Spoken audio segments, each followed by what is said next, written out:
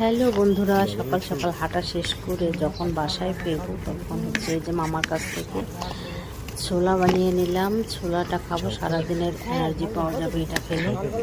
খুবই মজা। এখানে যারা হাঁটে, যারা স্বাস্থ্য সচেতন সবাই এটা খায়। কাঁচা ছোলা, কাঁচা বাদাম, শসা, টমেটো, কাঁচামরিচ, লেবু সব কিছু দিয়ে একটা সালাদ তৈরি করে দেয়।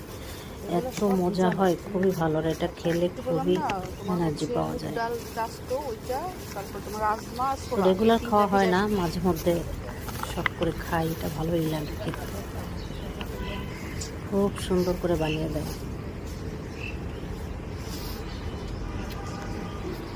বাঁচতে হলে জানতে হবে, এটা আবার লিখে দিয়েছে স্যারটা।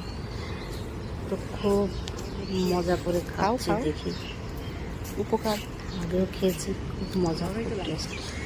কাঁচা ছোলার যে একটা গন্ধ, এটা একদমই থাকে না। হ্যাঁ, টেস্ট তো তোমার খেতে পারলে খুব